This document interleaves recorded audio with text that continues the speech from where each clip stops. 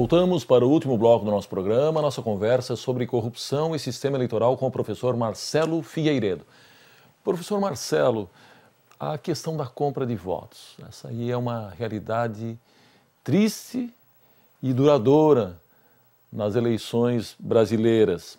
A pergunta, como é que a gente pode entender que, apesar dessas campanhas sistemáticas da própria Justiça Eleitoral, de todo o processo de conscientização, de informação que hoje está disponível para todo cidadão brasileiro, a questão da compra ainda continua tão forte? É uma questão de desinformação pura e simples, que me parece não ser, dada a massividade da informação que hoje se coloca à disposição do eleitorado, ou é um problema de ordem, de natureza cultural, ou quem sabe as duas coisas somadas?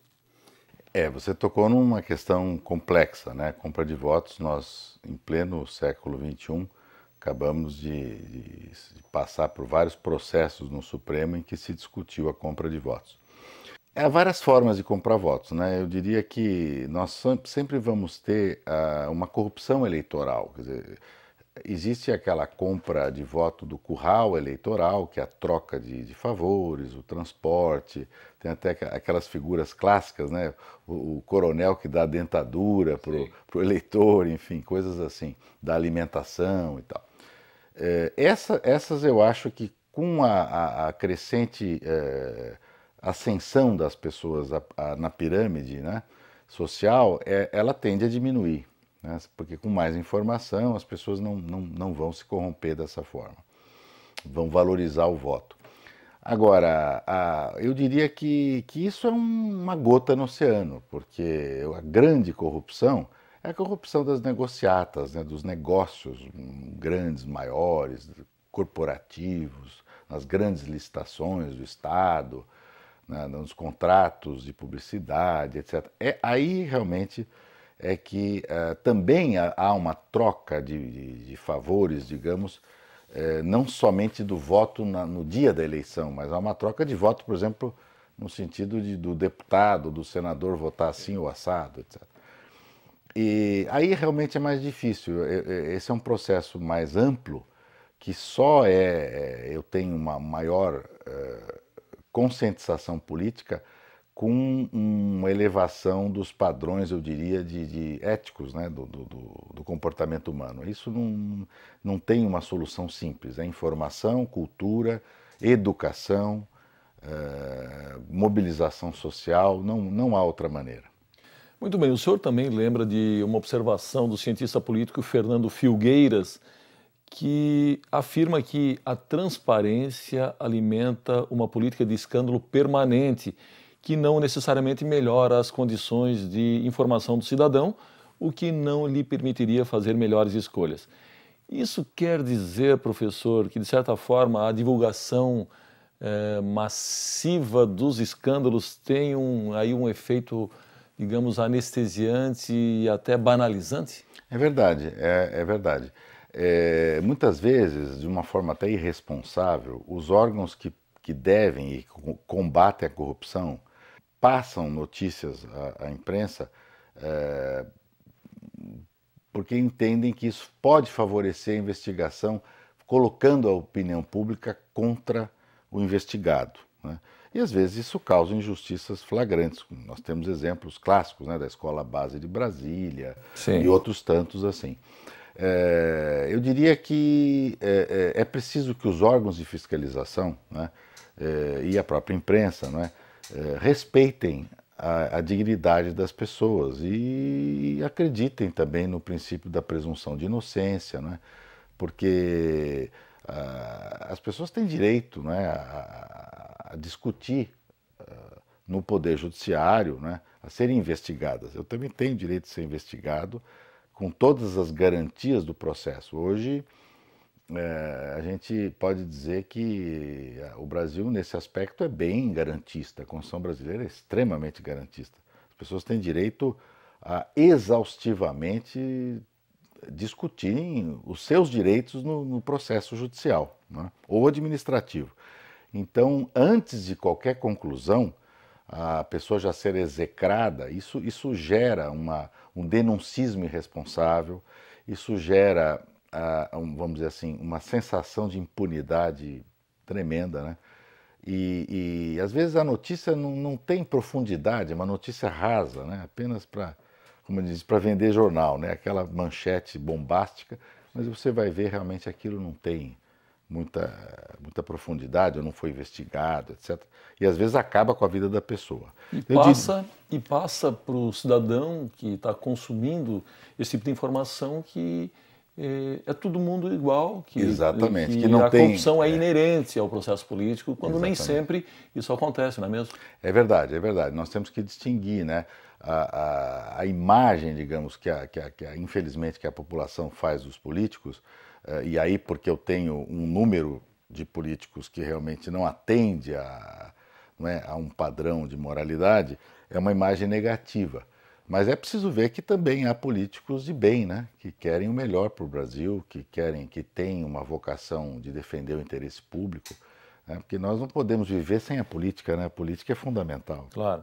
Bom, para nós finalizarmos, eu gostaria que o senhor falasse o porquê de o senhor defender que a legislação contemple a possibilidade do recall, ou seja, da revogação de mandatos, a cláusula de barreira para os partidos políticos e o sistema misto. O senhor poderia comentar aí cada um desses aspectos?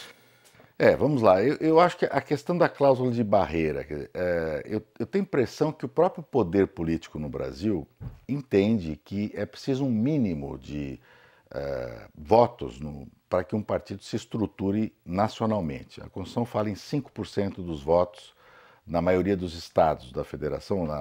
Nós temos 27 estados, então é preciso um quociente mínimo para que um partido se organize no Brasil. Certo. Hoje nós temos 34, 35, se não me engano, partidos políticos aí ativos. Muitos acham que esse número é normal e outros acham que é um número exagerado. Eu, particularmente, acho que é um número muito elevado. Tá certo que o Brasil é um país de um continente, mas mesmo assim, as grandes democracias, mesmo, vamos dizer, de uma extensão territorial grande, vivem muito bem aí com 10, 12 partidos, enfim, até 15 partidos. O que acontece é que, às vezes, esse excesso de partidos, primeiro, não faz com que não haja uma identidade programática. Você pega todos os programas partidários, eles se repetem, né, com pequenas alterações aí de palavras. Então isso também, veja, isso é um efeito dominó, porque as pessoas não se identificam com uma certa ideologia ou com um certo programa, com uma mensagem que o político possa passar, né? O partido ideologicamente estruturado, etc. Certo. Então eu acho que nós deveríamos passar por uma depuração no Brasil para que houvesse sim a cláusula de barreira, né?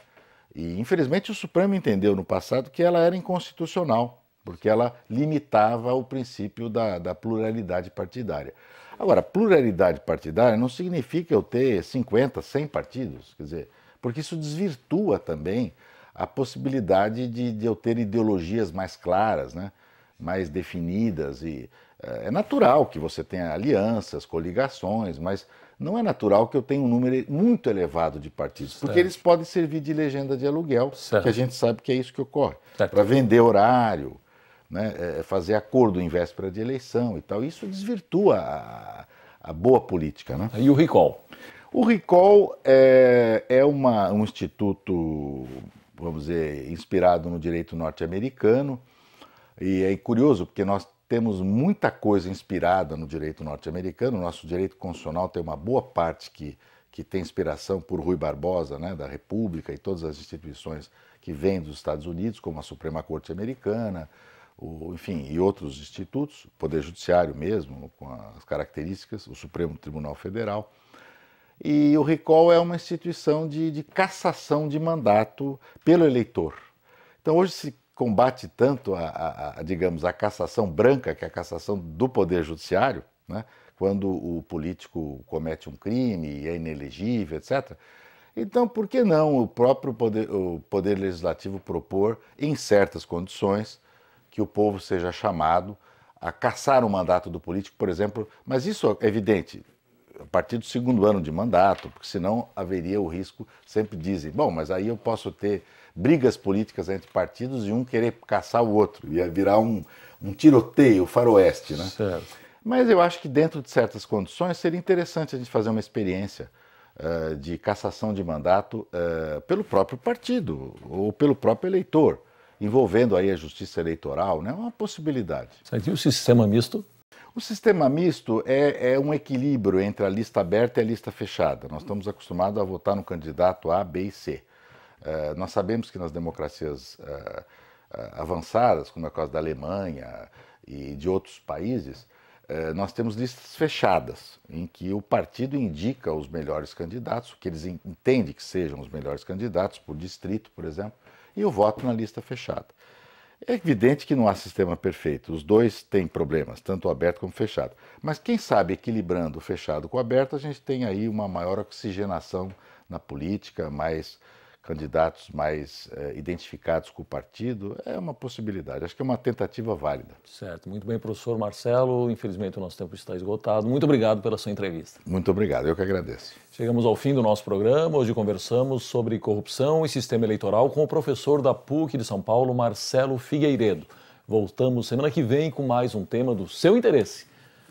Até lá!